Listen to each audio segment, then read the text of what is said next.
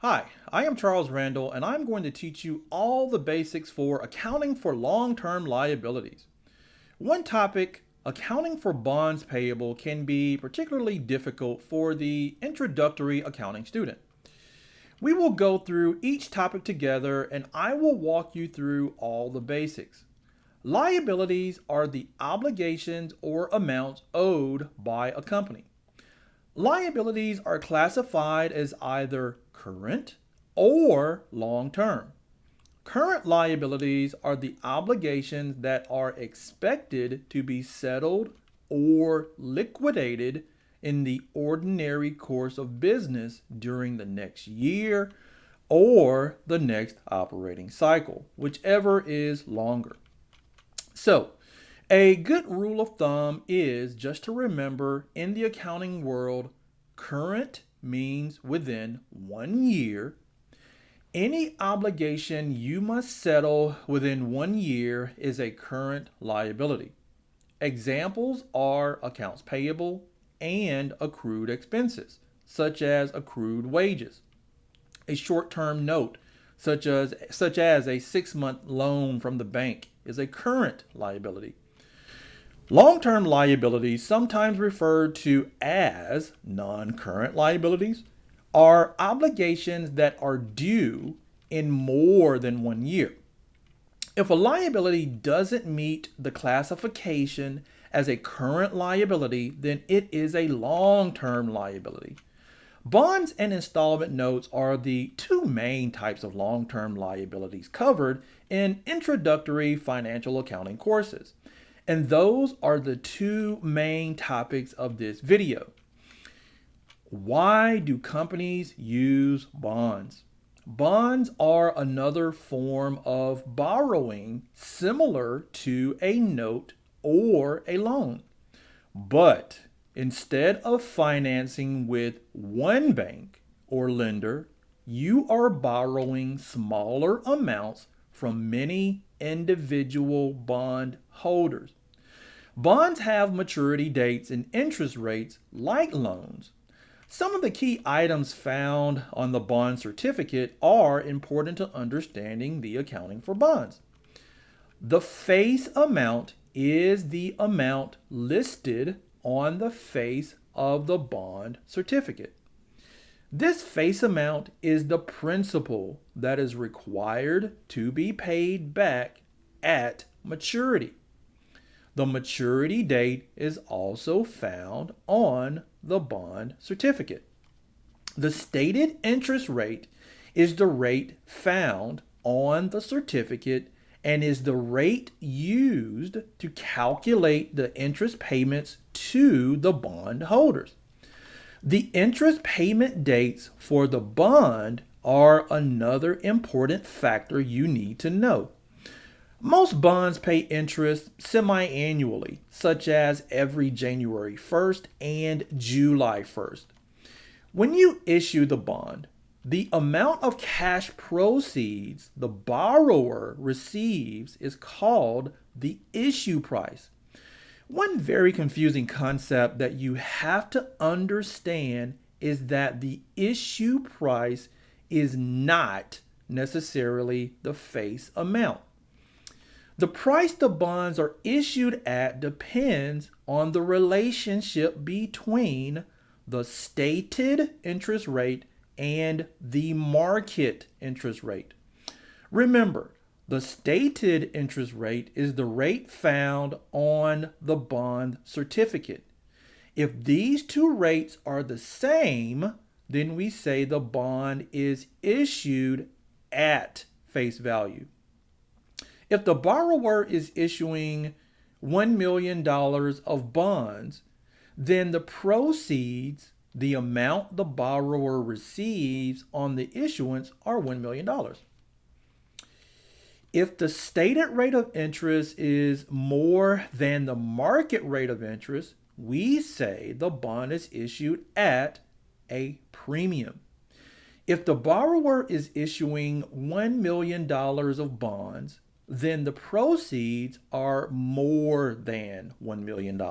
For example, The issue price could be $1,100,000.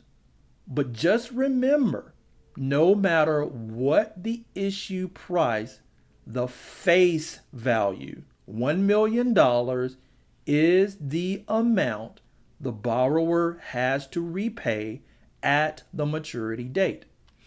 If the stated rate of interest is less than the market rate of interest, we say the bond is issued at a discount.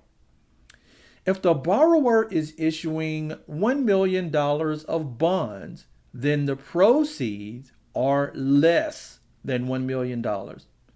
Let's say, for example, the issue price is $950,000.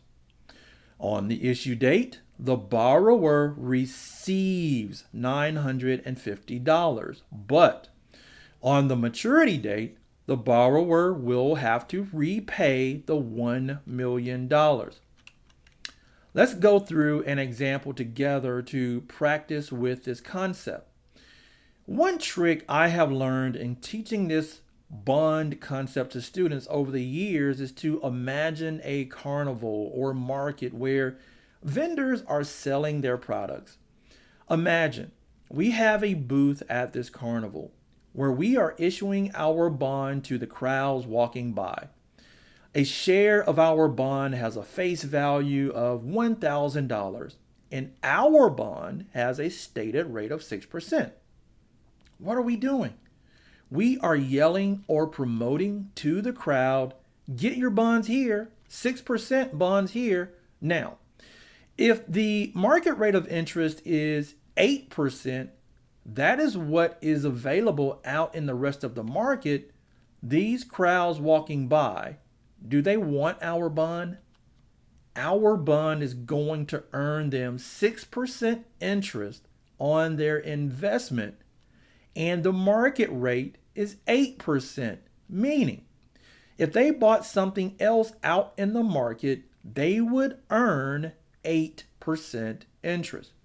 Do they want our bond? No. Our bond doesn't look very attractive. So, how do you sell or issue something that isn't attractive? You discount it.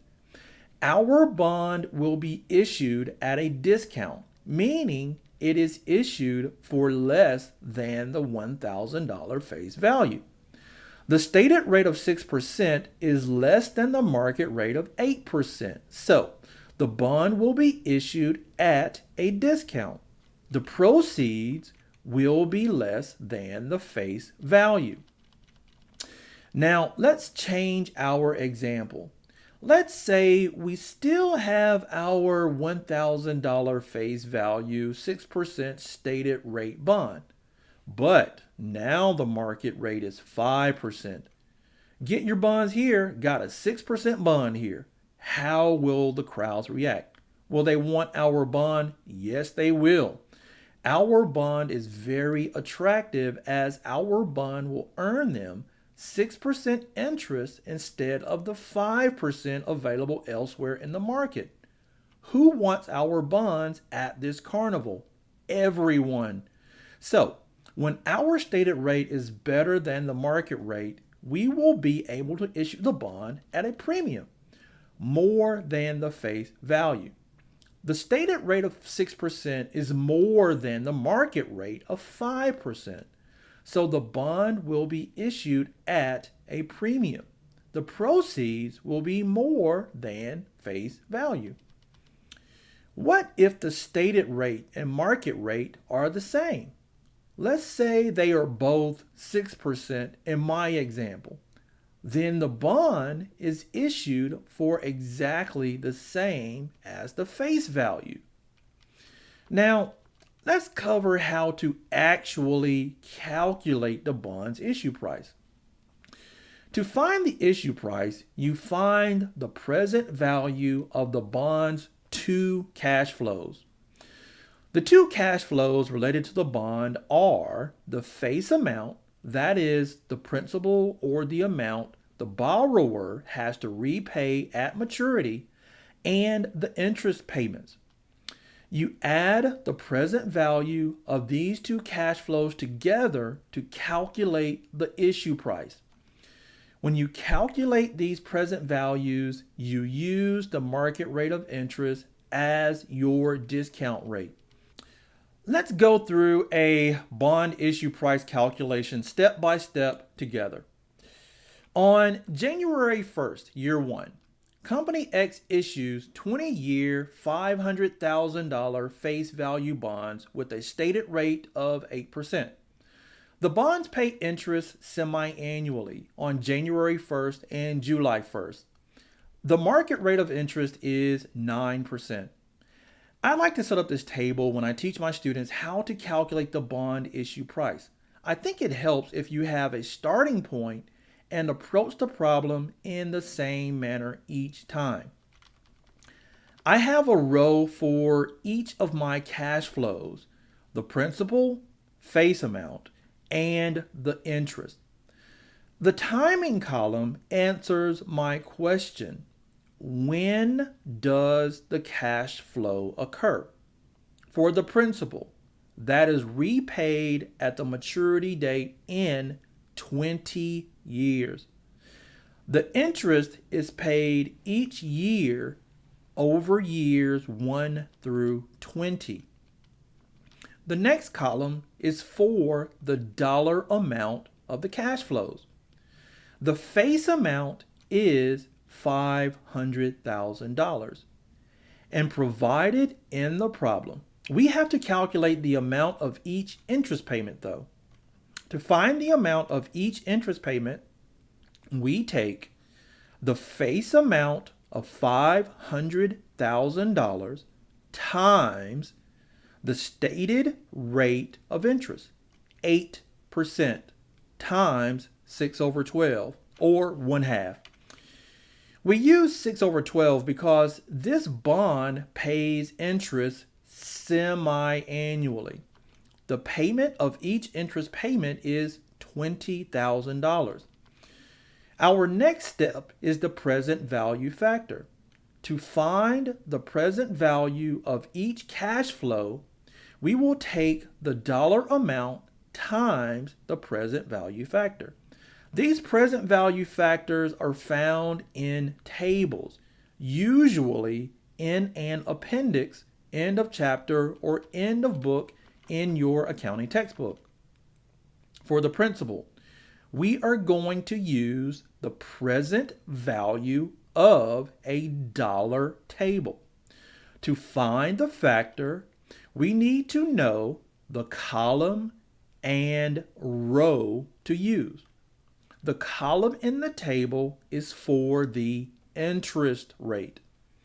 Remember, we are going to use the market rate of interest.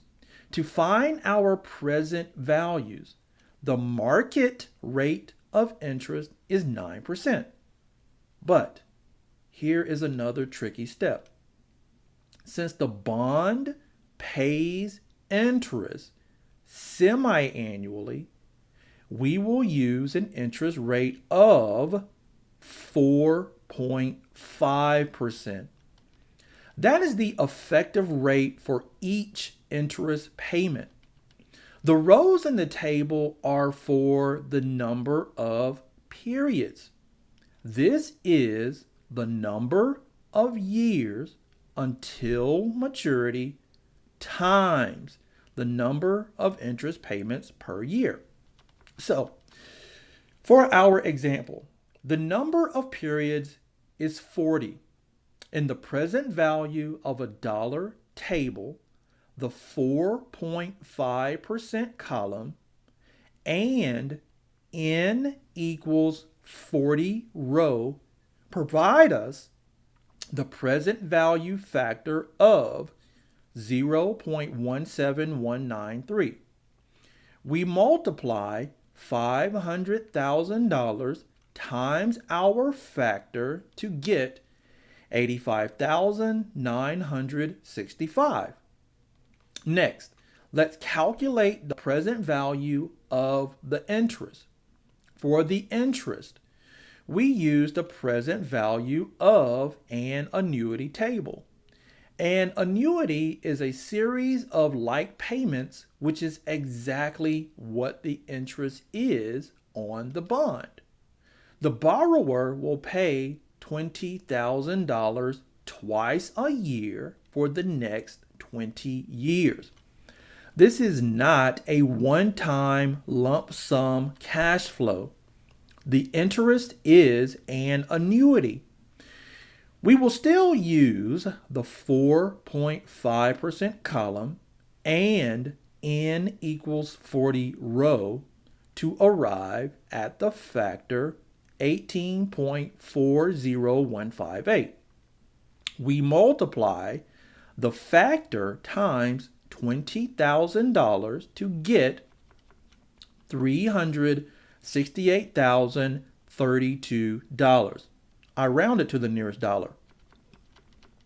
The issue price of the bond is the sum of the present value of the principal and the present value of the interest.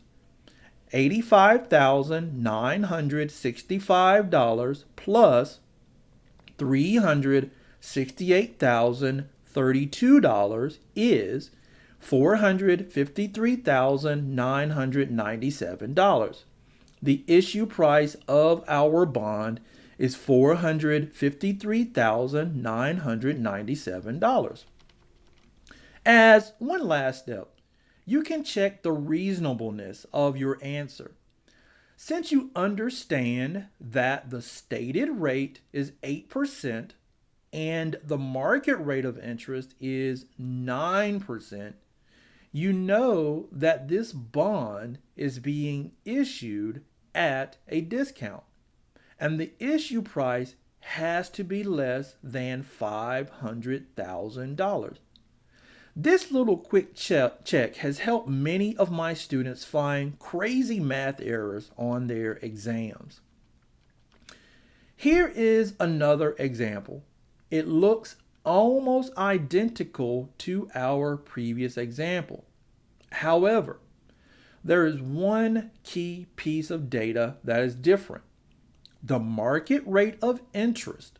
In this example, the market rate of interest is 5%. The table is set up the same way as our previous example. Let's talk about the interest payment. Since this is based on the stated rate of interest, 8%, the $20,000 has not changed from our previous example. So, I have the $20,000 as our dollar amount of each interest payment in the table. Our next step is to find the present value factors. Remember, we are going to use the market rate of interest to find our present values. The market rate is 5%. Since the bond pays interest semi-annually, we will use an interest rate of 2.5%. That is the effective rate for each interest payment. The rows in the present value of a dollar table are for the number of periods. This is the number of years until maturity times the number of interest payments per year. So, for our example, the number of periods is 40. In the table, the 2.5% column and n equals 40 row provide us the present value factor of 0.37243.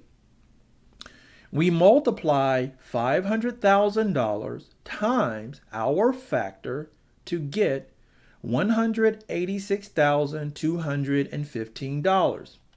Next, let's calculate the present value of the interest. For the interest, we will use the present value of an annuity table. We will still use the 2.5% column and n equals 40 row to arrive at the factor 25.10278. We multiply the factor times $20,000 to get $502,056. I rounded to the nearest dollar. The issue price of the bond is the sum of the present value of the principal and the present value of the interest. $186,215 plus $502,056 is $688,271. The issue price of our bond is $688,271. As one last step, you can check the reasonableness of your answer. Since you understand that the stated rate is 8% and the market rate of interest is 5%, you know that the issue price for this bond being issued at a premium has to be more than $500,000. What do we do with the premium or discount on the bond? Any premium or discount is amortized over the life of the bond using the effective interest method. Here are my 3 steps to remembering how to calculate this amortization. We will work some examples in a few minutes using these steps. First, calculate the cash interest payment. How much interest does the bond issuer have to pay? That cash interest payment is based on the face value of the bond and the stated interest rate on the bond. Second, how much interest expense are we going to record as the expense of borrowing? The interest expense is calculated as the bond's carrying value times the effective interest rate. The effective interest rate is the market rate of interest. The amortization is the difference between 1 and 2. This makes a great flashcard to help you remember the steps when you have to make the complex calculations. But don't worry, I am going to go through 2 examples with you, one with a premium and one with a discount, to make sure you understand how to record the bonds. We will get to those examples in just a few minutes. As the next step in teaching you all the basics you need to know for bonds, let's go over how to record the bond transactions in the journal. For our first example, this bond is issued at face value. This is the easiest example, so it is a good place to start. On January 1, Company X issues 20-year $500,000 face value bonds with a stated rate of 8%. The bonds pay interest semi-annually on January 1 and July 1. The market rate of interest is 8%. When the stated rate of interest and market rate of interest are the same 8% in this example, the bond's issue price will be equal to the face value. So, the amount of cash received upon issuance of this bond is $500,000. As the borrower, we record the cash proceeds received, $500,000, as a debit to cash. We credit bonds payable to record our liability. On July 1st, we make our first interest payment. The amount of the interest payment is the face amount, $500,000, times the stated interest rate of 8% times 6/12. When we make this interest payment, we debit interest expense and credit cash. Now, Let's move on to the more complicated examples. If we have a discount or a premium, the work gets a little more difficult. This is example 1 from our previous work on calculating the issue price. In example 1, the stated rate of interest is 8%, and the market rate of interest is 9%. So the bond issued at a discount. The issue price was $453,997. The issue price is the amount of cash the borrower will receive.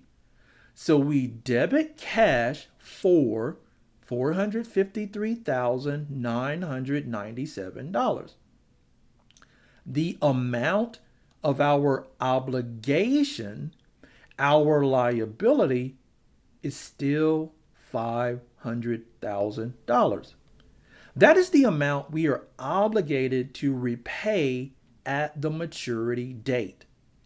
So we still credit bonds payable for $500,000. The difference between $453,997 and $500,000 is the amount of the discount. We record this discount on bonds payable as a debit of $46,003. This balances the debits and credits in our journal entry. The discount will reduce the bonds payable on the balance sheet. Our carrying value is the $500,000 bonds payable less the discount on bonds payable of $46,003. So the beginning carrying value is the issue price of $453,997.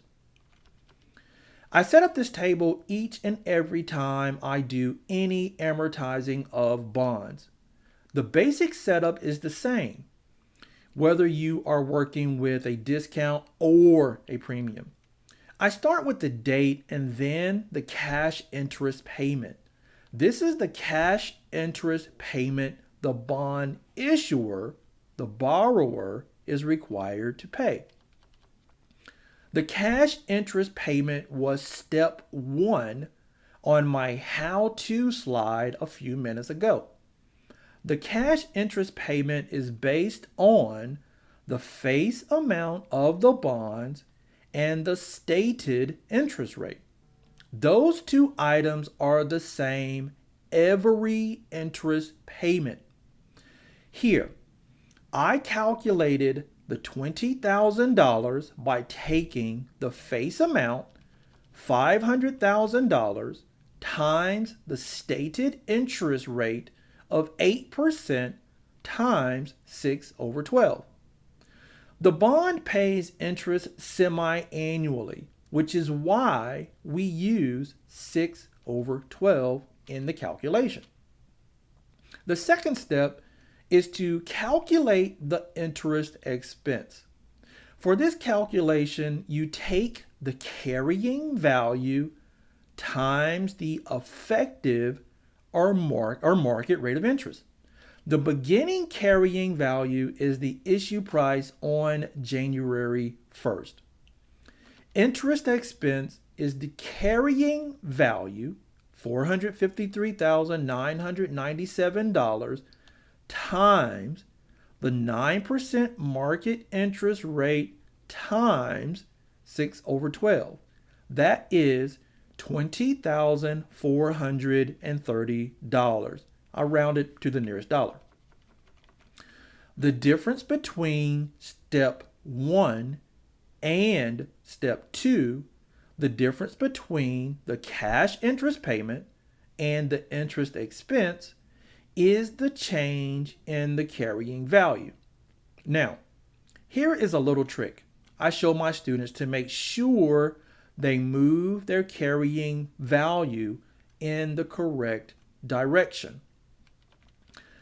I drew an arrow to show that the end of this table, if it were to continue on until maturity, would show an ending carrying value of $500,000.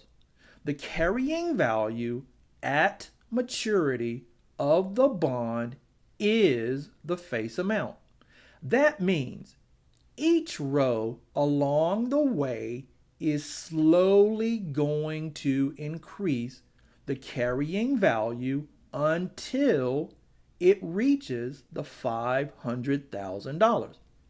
So in this example, in this discount example, the change in carrying value of $430 is going to increase the carrying value $453,997 plus $430 is $454,427.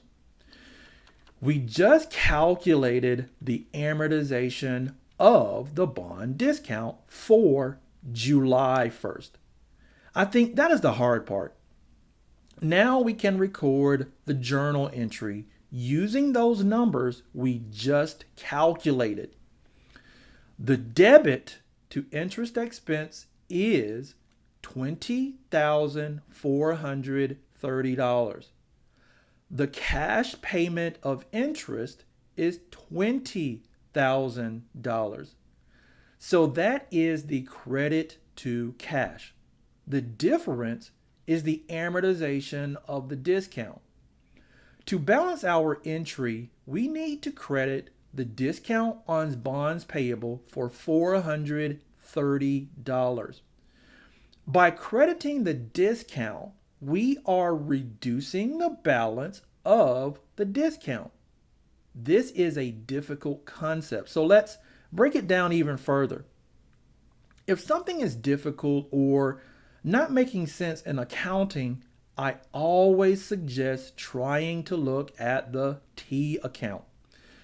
The January 1st entry debited the discount on bonds payable for $46,003. Now, on July 1st, the amortization of the discount is crediting the discount on bonds payable for $430. The new balance of the discount is $45,573. This new balance is reflected in the new carrying value we just calculated. The presentation of the bonds payable on the balance sheet is $500,000 less the discount of $45,573, which means the July 1st carrying value is $454,427. That is the same as our schedule. I have worked ahead and filled in the amortization schedule for the next two interest payments, January 1, year 2, and July 1, year 2. For some of you, seeing the repetition and movement of the carrying value with each interest payment can really lead to that aha moment. Notice how the cash interest payment is $20,000 in all of the rows. That is because the cash interest payment is not changing. It is based on the face amount and the stated interest rate, which are found on the bond certificate. The interest expense is changing with each row. The interest expense is found by taking the new carrying value times the market rate of interest. Okay, now let's make sure you know how to approach the bond that is issued at a premium. This is example 2 from our previous work on calculating the issue price. In example 2, the stated rate of interest is 8%, and the market rate of interest is 5%. So the bond issued at a premium. The issue price was $688,271. The issue price is the amount of cash the borrower will receive. So we debit cash for $688,271. The amount of our obligation, our liability, is still $500,000. That is the amount we are obligated to repay at the maturity date. So we still credit bonds payable for $500,000. The difference between $688,271 and $500,000 is the amount of the premium. We record this premium on bonds payable as a credit for $188,271. This balances the debits and credits in our journal entry. The premium will increase the bonds payable on the balance sheet. Our carrying value is the $500,000 bonds payable plus the premium on bonds payable of $188,271. So the beginning carrying value is the issue price of $688,271. Here is the amortization table for the bond issued at a premium. The cash interest payment is still $20,000. That is the face amount times the stated interest rate times 6/12. The second step is to calculate the interest expense. For this calculation, you take the carrying value times the effective or market rate of interest. The beginning carrying value is the issue price on January 1, year 1. Interest expense is the carrying value, $688,271 times the 5% market interest rate times 6/12. That is $17,207. I round to the nearest dollar. The difference between step 1 and step 2, the difference between the cash interest payment and the interest expense, is the change in the carrying value. Okay, take a moment to think here. This is often the step that is most confusing. Is the difference going to increase or decrease the carrying value? This is why I draw my little arrow and make a note of what the ending carrying value is supposed to be at the bond's maturity. That is the face amount of $500,000. Our goal with this amortization of a premium is to make the carrying value decrease with each interest payment. So in this premium example, the change in carrying value of $2,793 is going to decrease the carrying value $688,271 less $2,793 is $685,478. We just calculated the amortization of the bond premium for July 1st. Now we can record the journal entry using those numbers we just calculated. The debit to interest expense is $17,207. The cash payment of interest is $20,000. So that is the credit to cash. The difference is the amortization of the premium. To balance our entry, we need to debit the premium on bonds payable for $2,793. By debiting the premium, we are reducing the balance of the premium. Here's a summary with the premiums T account to help illustrate this concept. The January 1st entry credited the premium on bonds payable for $188,271. Now, on July 1st, the amortization of the discount is debiting the premium on bonds payable for $2,793. The new balance of the premium is $185,478. This new balance is reflected in the new carrying value we just calculated.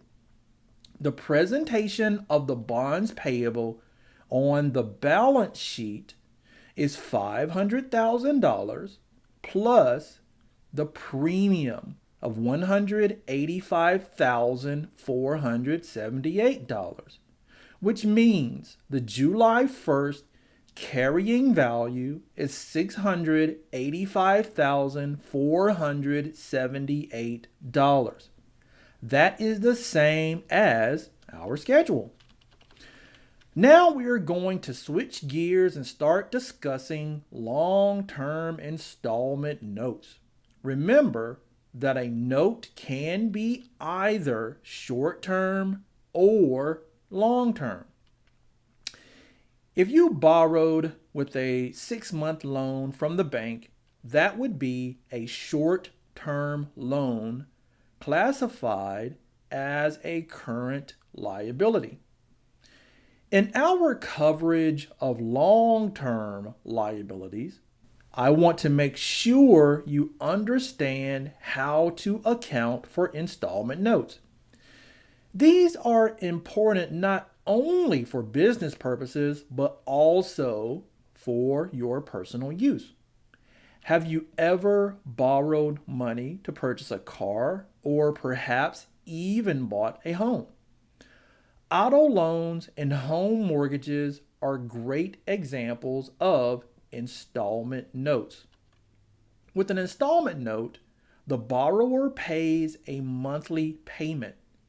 This monthly payment covers the current amount of interest on the loan and provides a reduction of the loan balance.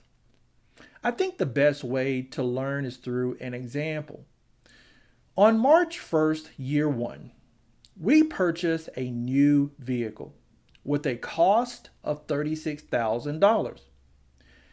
We pay $4,000 cash and borrow $32,000 from the local bank. The terms of the loan are 5 years and 6% interest. The monthly installment payment is $618.65. The new asset we purchased is debited for the $36,000 cost. The cash down payment is a credit to cash for $4,000. The $32,000 we borrowed is recorded as our notes payable with a credit. Remember, To increase a liability account, we credit the liability account. On April 1st, year one, we make the first monthly installment payment. The big question before we can journalize the transaction is what portion of that monthly payment is for interest and what portion reduces the principal on the loan. I set up this amortization schedule for loans. It looks almost like the bond schedule, doesn't it? Well, like I said, practice makes perfect. And if you practice with the material the same way each time, it helps you learn the material. The monthly installment payment is $618.65. To calculate the portion of that payment that represents interest expense, we take the carrying value, $32,000, times the interest rate on the loan, 6%, times 1/12. These are monthly payments. So the factor of time we use is 1/12, or 1 month's interest from March 1st to April 1st. The interest portion of the monthly payment we calculated is $160. The difference between the monthly payment and the interest expense is the portion that is applied toward the principal of the loan. In other words, that principal portion decreases the carrying value or the liability we have on the books for this loan. The $458.65 is the decrease in the loan's carrying value, which makes the new carrying value $31,541.35. Remember, the goal is that with each monthly payment, we are going to slowly chip away at the amount we owe the bank. So the carrying value decreases with each monthly payment. At the end of the 5 years, after we make the last payment, the carrying value of the loan is $0. Now we can journalize the April 1st year one monthly payment. The hard part, the calculations, is what we just did. And now we just use those figures in our journal entry. We record the recognition of the interest expense with a $160 debit to interest expense. The decrease in the carrying value was $458.65. And to decrease a liability account, we debit the liability account. So that is why we debit notes payable. The amount of the cash payment is the credit to cash, $618.65. I hope you have learned a lot in this long-term liabilities video. We spent time covering all the basics you need to know in recording bonds. Remember to practice with examples of both discounts and premiums in order to be prepared for whatever questions appear on your next exam. We also covered installment notes, which can help you understand your personal finances as well. When you make those monthly installment payments on items such as your vehicle or your home, that methodology also works when you look at your monthly payments on your student loans. Good luck studying.